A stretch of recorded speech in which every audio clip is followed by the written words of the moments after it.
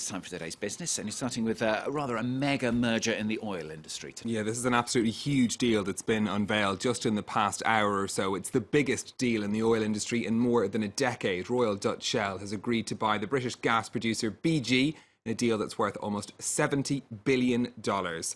Now, that comes as oil companies seek to cut costs as the price of crude oil has tumbled.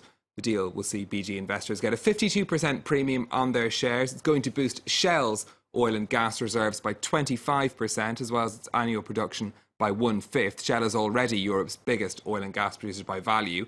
It's also going to help the two companies to cut costs. The Anglo-Dutch group estimated savings of $2.5 billion a year. Now, this deal has been made possible by that 40% drop in the price of oil since June of last year. It pushed BG into a loss last year and made this deal possible for those companies. A really huge deal we'll be talking about, I'm sure, for many days to come. And another possible one as well now, from oil to the media. A potential French move for a big British brand, this one. Yeah, that's right. The media giant Vivendi, which owns the Canal Plus group here in France, has denied reports this morning it was considering an offer for the broadcaster Sky. Reuters said that Sky was one of several acquisitions being examined by the company. Buying the British group would help Vivendi to create a pan-European pay TV service. This all coming as the French group made an offer for the video website Dailymotion for €217 million. We may not yet have heard the last of this one, but for now, anyway, Vivendi is saying there's nothing in it. OK, I'm sure the markets have plenty to say about it all, though. Yeah, well, let's start with BG. Its shares up a massive 42% in trading in London today after news that it's being bought out by Royal Dutch Shell. Now, Royal Dutch Shell has 2 share listings in London, which is why we've got the A after their name on that listing. Their shares down slightly, as you can see at the start of trading today. That deal, though, having a massive effect on the oil industry. All of the oil companies quoted across Europe, Total, Statoil, BP, all up on the back of that deal.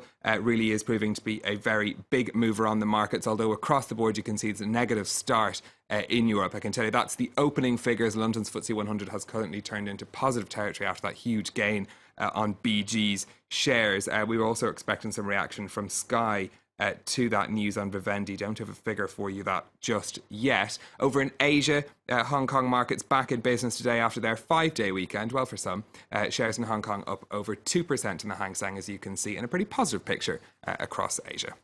Here in France next, it's a very bad day for air passengers, isn't it? Yeah, and that's because 4 in 10 flights have been cancelled this Wednesday as air traffic controllers go on strike. The dispute over changes to working conditions and pensions.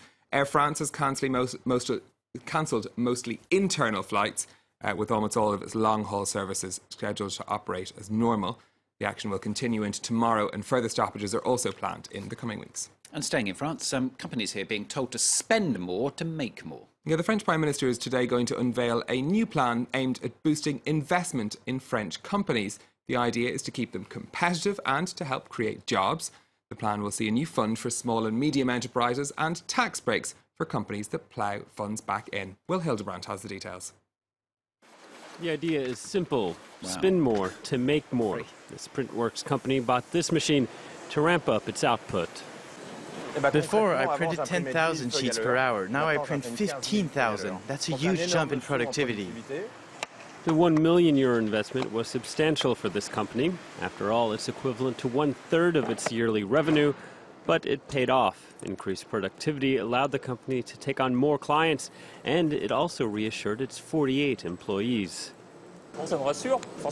It's clearly reassuring, because if management can spend some money, then it means the company is doing well. The rate of investment in France has been stable the past 4 years, though increased international competition and expensive labor have forced employers to cut costs. And fearing French industry could fall behind in competitiveness, the government wants to boost investment.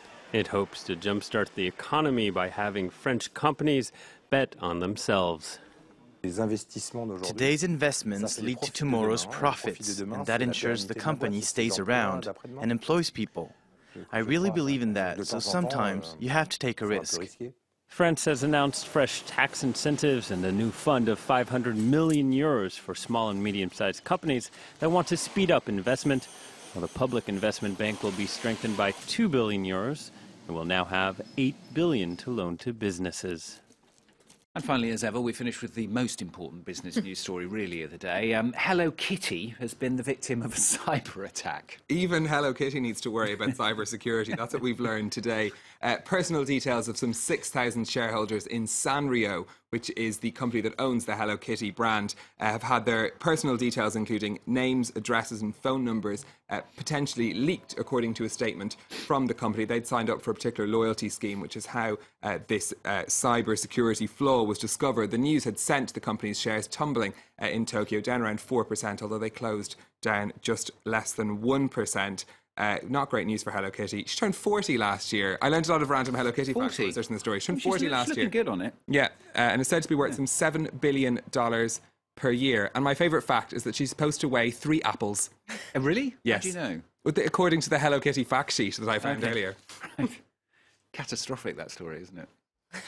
That was upsetting. Sorry, I apologise. Thank you, Stephen.